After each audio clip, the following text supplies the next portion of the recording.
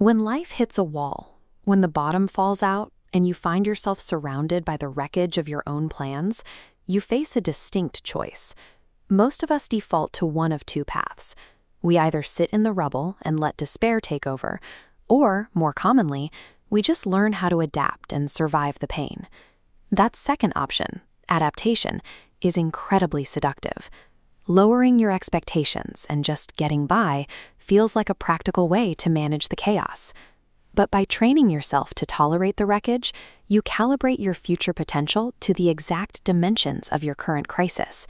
You stop looking for a way out and start looking for a way to stay comfortable in the ruin. We are conditioned for this shrinkage by a world that values safety over ambition.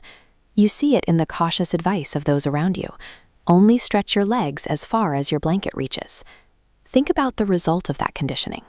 Imagine taking an apex predator, a lion, and raising it from birth entirely on a diet of bland porridge.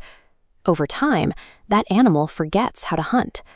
When you listen to those who have already accepted their own limits, you become the limited version of yourself.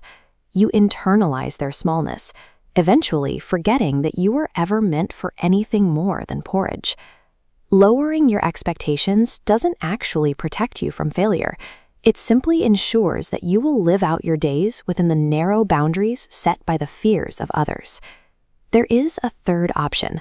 Right in the middle of your deepest pain, you can make the active, deliberate choice to set a massive, audacious goal.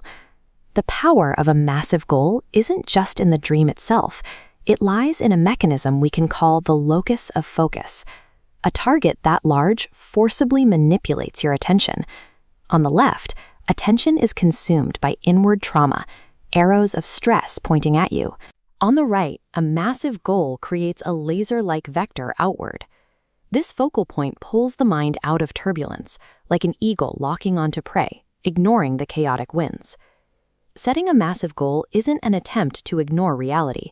It is a mechanical, psychological necessity to pull your brain out of a trauma loop. You might be asking, how can anyone plan for a legacy when they can barely see a way out of their current circumstances? Consider what it's like walking through a heavy winter fog. You cannot see the distant horizon, only the next few steps. Here is the operational logic. The massive goal acts as your invisible compass. To move forward, you do not need perfect clarity. You only need enough visibility for the next 5 to 10 steps. As you take those initial steps, the fog shifts. Each movement reveals the next phase of the path, creating momentum out of total darkness.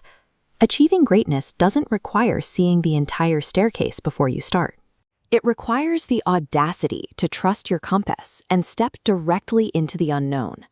This process reconstructs your temperament. It hardens your resolve into a specific, unapologetic stubbornness. This newly forged stubbornness acts as psychological armor. It deflects the critics, the fair-weather friends, and the cautious voices trying to drag you back to the safety of being small. You also establish a grounding mirror. You use the memory of your lowest point, not as a heavy weight to carry, but as a permanent reminder of the grit you have already demonstrated. True resilience isn't about avoiding future pain. It is about weaponizing the memory of your rock bottom to fuel an unstoppable ambition. This brings us back to the blanket. Instead of carefully folding your legs to fit a space that was never meant for you, you must demand a larger blanket. Claiming your capacity requires a rebellion against that initial conditioning, the voices of the cautious who insisted you stay within the lines they drew for themselves. This personal rebellion is the act of using your ambition to carve your name into history. You are no longer accepting the shape the world gave you. Setting an audacious goal is the ultimate act of self-preservation. It is the exact mechanism that takes the tragedy of your past and turns it into the foundation of your legacy.